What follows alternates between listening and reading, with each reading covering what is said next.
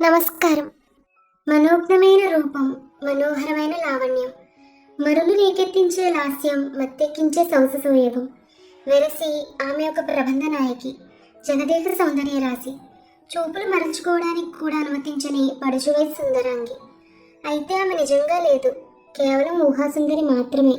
బద్రీనాథ్ ఊహల్లో తరచూ ప్రత్యక్షమై అతని హృదయాన్ని చిత్రవద చేసేలా వయ్యారాలు పోయి ఊరిస్తూ ఉడికించే ముగ్ధమోహనాంగి.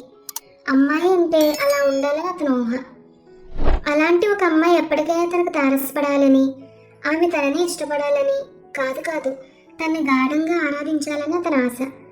ఆమె పెదాలపై ఓ తీయని ముద్దు ఆర్తిగా ముద్రించాలన్న కాంక్ష, తపన.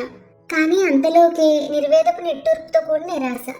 అది ఎప్పటికీ నెరవేరిన దురాశేమో అన్న సంశయంతో కూడిన బాధ. కారణం తన రూపం, తన బ్యాక్గ్రౌండ్, తన వృత్తి. అతను అనాథ. శూన్యంలోకి చూస్తూ కూర్చుని అతని ఏకాంతాన్ని భంగం చేస్తూ జేబులోంచి కర్ణకఠోరంగా మోగింది సెల్ ఫోన్. ఆ శబ్దానికి ఉలిక్కిపడి పైకి లేచాడు. లేచేటప్పుడు అనాలోచితంగా గోడకు తగిలించున్న అద్దంలోకి చూశాడు. కొద్దిపాటి నల్లటి రంగుతో ఆకర్షణ లేని సర్వసాధారణమైన తన ముఖం అతన్ని విక్రించింది. ఎందుకో అతనికి తన ముఖం అంతగా నచ్చదు. తన తండ్రి పోలిక అనేవారు, తల్లి అందంగా ఉండేది. ఆమె పోలికైనా తనకు వచ్చుంటే బాగుండేది కదా అని ఎన్నోసార్లు అనుకున్నాడు అతని మనసులో. హలో అన్నాడు బటన్ నొక్కి. ఇంకా బయలుదేరలేదా? అవతల వైపు నుంచి కొంచెం రఫ్గా ఉన్న పొంగురు గొంతు. వెళ్తాను, మర్చిపోలేదు అన్నాడు బద్రీనాథ్. జాగ్రత్త, ఎవరికి అనుమానం రాకూడదు. నీకు అసలే నిర్లక్ష్యం ఎక్కువ అందా గొంతు. ఎక్కువ మాటలు అనవసరం. నీకు కావాల్సింది అమ్మాయి, నాకు కావాల్సింది 20,000. సాయంత్రానికి డీల్ సెటిల్ అవుతుంది. అంతకు మించి మన మధ్య మాటలు అనవసరం. వృత్తి విషయంలో ఎంతో కమిట్మెంట్గా వ్యవహరించే తనని ఎవరైనా వంక పెట్టాలని చూస్తే అతని కొళ్ళు మండిపోతుంది. అందుకే అంత కోపంగా సమాధానం ఇచ్చాడు. సరే, కోపానికేం తక్కువ లేదు. సాయంత్రం రాజావారి బంగ్లాలో నీ కోసం, నువ్వు తీసుకొచ్చే అమ్మాయి కోసం నేను రాజావారి ఎదురు చూస్తుంటాం. త్వరగా బయలుదేరు. ఈస్ట్ కోస్ట్ వచ్చేసే టైం అయింది. త్వరగా వెళ్ళు. ఫోన్ కట్ అయిపోయింది. బద్రీనాథ్ ఒక ప్రొఫెషనల్ కిడ్నాపర్. సాయంత్రం అతను కిడ్నాప్ చేయవలసింది ఓ ప్రముఖ రాజకీయ నాయకుడు కూతుర్ని. కిటికీ దగ్గరికి వెళ్ళి బటన్ నైఫ్ అందుకుని ప్యాంట్ వెనుక జేబులో ఉంచుకుని బయలుదేరాడు. సాయంత్రం ఈస్ట్ కోస్ట్లో వస్తున్న భర్త కోసం పడిగాపులు పడి ఎదురు చూస్తోంది నిత్య. ఆషాఢ మాసం కావడం వల్ల పెళ్ళైన 4 రోజులకే ఎడబాటుకు గురి కావాల్సి వచ్చింది వాళ్ళిద్దరికి. అందుకే అదే ఊళ్ళో ఉంటున్న అత్తగారి ఇంట్లో అడపాదడపా వాళ్ళిద్దరు రహస్యంగా కలుసుకునే ఏర్పాటు పెద్దలకు తెలియకుండా చేయబడింది. ఏదో క్యాంప్ ఉందన్న వంకతో అతని ఊరొచ్చి ఆమెతో గడిపిపోతుంటాడు. ఆ ఒక్కరోజు ఆమె అక్క బావగారు వేరే ఎక్కడికైనా క్యాంప్ వేసుకుని వెళ్ళిపోతుంటారు. ఆ ఏర్పాటే ఇప్పుడు ఆమెకి ప్రమాదం తెచ్చిపెట్టబోతోంది. సాయంత్రం 4 గంటల నుంచి ఆమె సింగారించుకోవడం ప్రారంభించింది. ఒళ్ళంతా నలుగు పెట్టుకుని గోరువెచ్చని నీటితో తలస్నానం చేసింది. తడి టవల్ చుట్టుకుని బెడ్రూమ్లోకి వచ్చి అత్త ముందు నిలబడి ఒకసారి తన రూపాన్ని చూసుకుని మురిసిపోయింది. టవల్ కిందుగా ఎత్తుగా కనిపిస్తున్న యవ్వనపు సంపదని ఒక్క క్షణం తేరిపారా చూసింది. అలా చూసినప్పుడల్లా మొదటి రాత్రి భర్త చేసిన కామెంట్ గుర్తొచ్చి ఆమె ముఖం సిగ్గులు మొగ్గైపోతుంటుంది. ఖర్చు తగ్గించే భార్య దొరికినందుకు ఐఎమ్ హ్యాపీ. నాకు బెడ్ ఖర్చే తప్ప తలదిండ్ల ఖర్చు లేదు. అలా అంటున్నప్పుడు తమకంగా అతను చూసిన చూపు ఆమె గుండెల్లో ఎంతటి గుబులు రేపిందో ఇప్పటికి కొన్ని 100 సార్లు గుర్తు చేసుకుంది. రెండో రాత్రి అర్థమైపోయింది ఆమెకి అతను గొప్ప మాటకారి అని, మాటలతో కూడా గిలిగింతలు పెట్టగల సమర్థుడని. వెళ్లే ముందు అతని గిఫ్ట్గా ఇచ్చిన బ్రాని చూసి ఎందుకండి ఇంత ఖరీదైంది అని మాట వరుసగా అన్నప్పుడు అతను అన్న మాట, అమ్మమ్మ వృక్షో రక్షతి రక్షిత అన్న మాట నీకు తెలీదా? వట్రసుడి లేకుండా కూడా సూక్తి నిజమవుతుంది తెలుసా అని. ఆమె టవల్ నుంచి నైటీకి మారింది. బెడ్పై వాలి ఫ్యాన్ గాలి చల్లదనాన్ని ఆస్వాదిస్తూ ఆ సాయంత్రం భర్తను ఎలా ఓడించాలా అని పథకం వేసాగింది. మాటల్లో అయితేనే, చేతల్లో అయితేనే, సైకాలజీ క్లాసుల్లో తాను నేర్చుకున్నదంతా ఉపయోగించి అతని మీద విజయం సాధించాలని దృఢంగా నిశ్చయించుకుంది. ఈస్ట్ కోస్ట్ వచ్చే వేళకి అందంగా తయారై సర్వాలంకృత శోభితయ్యై మగని రాక కోసం వేచి చూసే అవిసారికలా మారింది. 1000 కళ్ళతో, కళ్ళ నిండా కాంక్షతో, కాంక్ష మాటను దాగిన రాగాతిశయంతో అలా ఎంతసేపు ఆలోచనలో గడిపిందో. హఠాత్తుగా కాలింగ్ బెల్ మోగితే ఉలిక్కిపడి లేచింది. వచ్చింది భర్త అయి ఉంటాడన్న నమ్మకంతో పరిగెత్తి తలుపు దగ్గరికి వెళ్ళింది. తలుపు తెరవగానే ఎదురుగా నిలబడ్డ వ్యక్తి భర్త కాదు, ఎవరో అపరిచిత వ్యక్తి. ఆశ్చర్యంగా విస్పారిత నేత్రాలతో అలాగే చూస్తుండిపోయింది. అవతల వ్యక్తి కళ్ళల్లో కూడా అంతులేని ఆశ్చర్యం. భూమి మీద అరుదైన జీవిని చూసినట్లు సంభ్రమాశ్చర్యాలతో చూస్తున్నాడు అతను. అతను అలా చూడడంలో వింతేమీ లేదు. ఎందుకంటే తరచుగా అతని కళ్ళల్లో కలవరపెట్టే అందాల సుందరాంగిని పోలున్న అమ్మాయి కళ్ళ ముందు ప్రత్యక్షమైతే ఆశ్చర్యపోక ఏం చేస్తాడు? వచ్చిన పని గుర్తొచ్చి చొరవగా లోపలికి అడుగులు వేసి తలుపులు దగ్గరికి వేసి బోల్డ్ బిగించాడు. అతను చేసిన పనికి ఆమె బిత్తరపోలేదు, కెవ్వుమని అరవలేదు. అడుగు వెనక్కి వేయకుండా అలాగే నిలబడిపోయింది. ఆమె నిర్భయం చూసి అతను కూడా ఆశ్చర్యపోయాడు.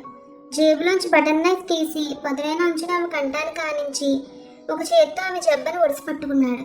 వెచ్చగా మెత్తగా ఉన్న ఆమె జబ్బను స్పృశించగానే అతని అరచేతిలోకి విద్యుత్ ప్రకంపనలు ప్రవహించాయి. వృత్తిలో భాగంగా అతను ఇది వరకు ఎన్నోసార్లు ఎంతోమంది అమ్మాయిలు కిడ్నాప్ చేశాడు. వాళ్ళని కూడా ఇలాగే ఒడిసి పట్టుకున్నాడు. కానీ అప్పుడెప్పుడు ఇలాంటి చిత్రమైన అనుభూతికి అతను లోనవలేదు. ఈ అనుభవం ఎంతో కొత్తగా ఉన్నట్టు అనిపించింది. అరిచావా, పీక తెగుద్ది, నిశ్శబ్దంగా నాతోరా అన్నాడు గుసగుసగా ఆమె చెవిలో. ఎంతో కరుగ్గా చెప్దామనుకున్నాడు, కానీ అతి మార్ధవంగా పలికింది ఆ మాట.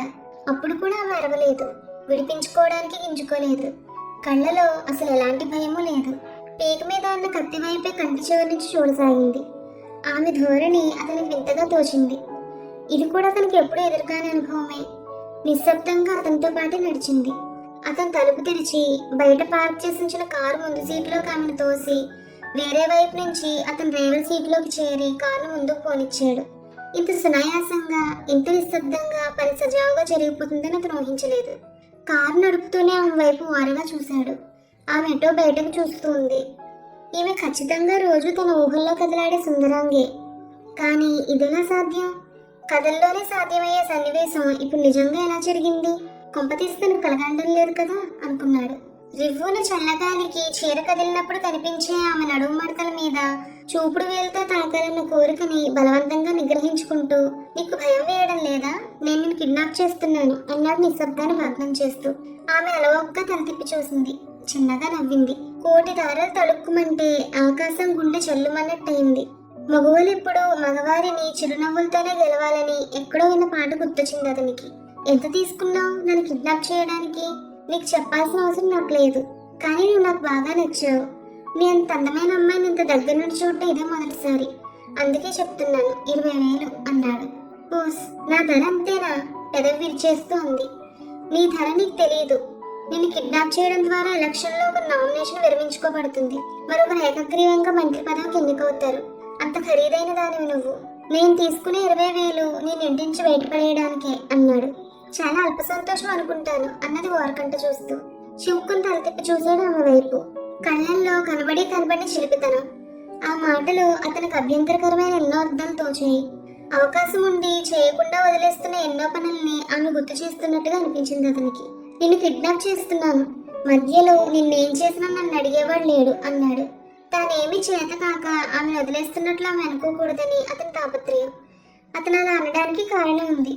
వృత్తిపరంగా ఆమె కిడ్నాప్ చేయడానికి వచ్చాడు. తీరా ఈ అమ్మాయిని చూశాక తన ఊహల్లో విహరిస్తున్న అమ్మాయిలు అనిపించడం వల్ల మనస్ఫూర్తిగా ఇప్పుడు కిడ్నాప్ చేయలేకపోతున్నాడు.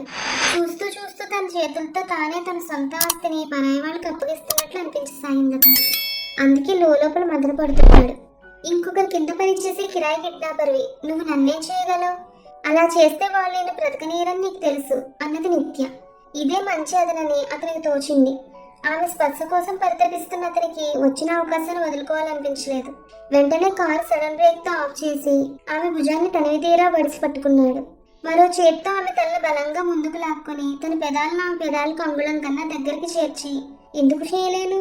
ఇలా నిన్ను గట్టిగా ముద్దు పెట్టుకుంటే ఏం చేయగలవు? ఎవరికి చెప్పుకోగలవు? ఇప్పుడు నిన్ను అప్పగించబోతున్న వాళ్ళకి చెప్పుకున్నా వాళ్ళు నీ మొర ఆలకించరు, నన్ను శిక్షించరు. ఎందుకంటే అది వాళ్ళకి సంబంధం లేని పని అన్నాడు వదిలేస్తూ. ఆమె బిత్తరపై చూసింది. కళ్ళల్లో భయం కనిపించింది. బలవంతంగా ఒక ముద్దు పెట్టుకోవడం వల్ల నీ కొరుగేదేంటి? చాలా మంది చేసే తప్పిది. థ్రిల్ అంతా మనసును జయించడంలోనే ఉంది, శరీరాన్ని కాదు అన్నదామె. కావచ్చు, కానీ నీ మనోభావాలతో సంబంధం లేకుండా నా మనసులోని కోరిక నెరవేరుతుందిగా, అది చాలదా నాకు అన్నాడు బద్రీనాథ్. అపరిపక్వ ప్రేమరాధన కారణంగా నిత్యం పేపర్లోని వార్తలు క్షణం సేపు ఆమె కళ్ళ ముందు మెదిలి మాయమయ్యాయి. ఆమెకి ఏం మాట్లాడాలో అర్థం కాలేదు. ఆమె ముఖం చూస్తుంటే అతనికి అవ్యాజమైన ప్రేమ కలుగుతోంది. మాట వరుసకలా ఉన్నాడే కానీ అమానుషంగా ప్రవర్తించాలని ఎంత మాత్రం లేదు. కారు ఒక కాంపౌండ్ గేట్ ముందు ఆగింది. స్టీరింగ్ తిప్పబోతూ బద్రీనాథ్ కాసేపు సంశయంగా ఆగిపోయాడు. తనలో తానే మదన పడుతున్నట్టు స్టీరింగ్ మీద చేతులు బిగించి తలంచుకుని కూర్చునిపోయాడు. ఏమనుకున్నాడు? నిర్ణయం మార్చుకున్నట్టు స్టీరింగ్ ని మరోవైపు తిప్పి కారుని ముందు కురిగించాడు. కారు వేగంగా పోతుంది. రోడ్లన్నీ వెనక్కి పరుగులు తీస్తున్నాయి. చెట్లన్నీ కొమ్మలు నూపుతూ వీడ్కోలు పలుకుతున్నాయి. చూస్తుండగానే కనుమరుగైపోతున్నాయి. ఎక్కడికి తీసుకుపోతున్నావు? గొంతులో మొదటిసారిగా భయం ధ్వనించింది నిత్యకు. భయపడకు, నేను మనసు మార్చుకున్నాను. నిన్ను కిడ్నాప్ చేయబోవడం లేదు అన్నాడు. అంటే నువ్వు నిజంగానే కిడ్నాపర్వా అని అడిగింది నిత్య ఆందోళనగా. బద్రీనాథ్ ఆశ్చర్యంగా చూశాడు. నిజమే. అయినా ముక్కు మొహం తెలియని నీతో జోక్ చేస్తానా? ప్రాక్టికల్ జోక్స్కి ప్రాధాన్యం ఇచ్చే తన భర్త ఇలాగే తన ఫ్రెండ్స్ చేత నాటకాలు ఆడించి అప్పుడప్పుడు తను ఏడిపిస్తుంటాడని ఆమె పైకి చెప్పలేదు. మౌనంగా ఉంది. తాను ఒక నిజం కిడ్నాపర్కి బందీగా ఉందన్న భావం కలగగానే భయంతో ఆమె ఒళ్ళు జలధరించింది. కాసేపటికి కారు ఊరు బయట విశాలమైన ప్రదేశంలో ఆగింది. ఆమె ముఖంలో కాంక్షతో చూశాడు. నిండు చందమామలా మెరుస్తూ ముద్దమందారంలా సమ్మోహనకరంగా ఉంది. ఉదయం అద్దంలో చూసుకుని తన ముఖం గుర్తొచ్చి మనసు బాధగా మూలిగింది. సృష్టిలో ఎందుకింత కాంట్రాస్ట్ అనుకున్నాడు. వెళ్ళిపో, ఇక్కడి నుంచి కొంచెం ముందుకెళితే అక్కడి నుంచి ఆటోలు దొరుకుతాయి. క్షేమంగా ఇంటికి చేరుకో. మీ నాన్నగారి నామినేషన్ విత్తనాల కోసం కొన్ని దుష్టశక్తులు ప్లాన్ చేస్తున్నాయి. జాగ్రత్తగా ఉండమని చెప్పు. వెళ్ళిపో అన్నాడు బద్రీనాథ్. థ్యాంక్స్, కానీ నన్ను ఎందుకు వదిలేస్తున్నావో తెలుసుకోవచ్చా అని అడిగింది. చెప్తాను. ఇకెప్పటికీ మనం కలుసుకోం కాబట్టి సిగ్గు విడిచి ఉన్నదున్నట్టు చెప్తాను. I love you. ఆమె లుక్కుపడి చూసింది అతని వంక. వాట్ అని అరిచింది కీచుగా. కంగారు పడకు, నువ్వు నా ఊహా సుందరివి. ఊహాలోకంలో విహరించడం తప్పు కాదని నా అభిప్రాయం. ఆ లోకంలో తారతమ్యాలుండవు. ఎవరినైనా ప్రేమించవచ్చు. ఒక కూలివాడు కూడా విశ్వసుందరిని సైతం ప్రేమించగల స్వేచ్ఛాలోకం అది. ఆ లోకంలోనే నువ్వు నాకు పరిచయం. ఒట్టి పరిచయమే కాదు, అవ్యాజమైన అవినాభావ సంబంధం. ఆ లోకంలో నువ్వు ఈ లోకంలో కనిపిస్తావని ఎప్పుడూ అనుకోలేదు, కానీ కనపడ్డావు. నువ్వు నన్ను ప్రేమించనక్కర్లేదు, నేను నిన్ను ప్రేమిస్తే చాలు. కానీ అది కళ్ళలోకంలోనే. నిజ జీవితంలో నేను నీకు ఏ విధంగానూ మ్యాచ్ కానని నాకు తెలుసు. ప్రేమ గుడ్డిది, దానికి అంతరాలు తెలియవు. అందుకే ఎందుకో కొనగానే నేను అందనంత ఎత్తులో ఉన్న నిన్ను ప్రేమించగలిగాను. ఆ ప్రేమ వల్లే ఇప్పుడు నేను కిడ్నాప్ చేయలేకపోతున్నాను. వాళ్ళు నా మీద విరుచుకుపడతారని నాకు తెలుసు. అయినా నిన్ను చూస్తూ చూస్తూ వాళ్ళ విశ్వాలయంలోకి నెట్టడం నాకు ఇష్టం లేదు. అందుకే వదిలిపెట్టేస్తున్నాను. వెళ్ళిపో అన్నాడు. ఆమె నిరుత్తురాలై చూస్తుండిపోయింది. ఊహించే సంభ్రమం. ఒక ప్రొఫెషనల్ కిడ్నాపర్ అవ్యాజమైన ప్రేమ గురించి మాట్లాడాడుమా. వాట్ ఏ వండర్ అనుకుంది. ఒక్క క్షణం అలాగే ఉండిపోయింది. వెంటనే ఆమెలో సైకాలజీ స్టూడెంట్ మేల్కొంది. కొన్ని క్షణాలు మౌనంగా ఆలోచించింది. అప్పుడు బోధపడింది ఆమెకి. నువ్వు అనాథవు కదూ అని అడిగింది. అతను చప్పున తలెత్తి ఆశ్చర్యంగా చూశాడు. అంత కరెక్ట్గా ఆమె ఎలా చెప్పగలిగిందా అని కాదు. తన చీకటి బ్రతుకు సంబంధించిన బలహీనతల్ని ప్రేయస్ కళ్ళు ఎక్కడ స్కాన్ చేసేస్తాయో అని అతని భయం. అవునన్నట్లుగా తలూపాడు అతను. మీ నాన్న మీ అమ్మని సరిగా చూసేవాడు కాదు, అవునా? బద్రీనాథ్ వణికిపోయాడు. అతని ముఖంలో చోటు చేసుకున్న భావాలే చెప్తున్నాయి. ఇక చాలు, ఆఫ్ చేసేయని. అవును, ఇవన్నీ ఇంత కరెక్ట్గా ఎలా ఊహించావు అని అడిగాడు. ఆమె పైకి చెప్పలేదు, మనసులోనే అనుకుంది. సౌందర్యాన్ని ఆరాధించే సున్నిత మనస్తత్వం ఉన్న నువ్వు ప్రొఫెషనల్ కిడ్నాపర్గా మారావంటే అందుకు ప్రోత్సహించిన వాతావరణాన్ని, దారితీసిన కారణాన్ని ఊహించడం పెద్ద కష్టమేమీ కాదు. నిజానికి ఇది ఊహించి తెలుసుకోవాల్సిన విషయమేం కాదు. దేశవ్యాప్తంగా ప్రతి చోట కనబడే సజీవ దృశ్యం.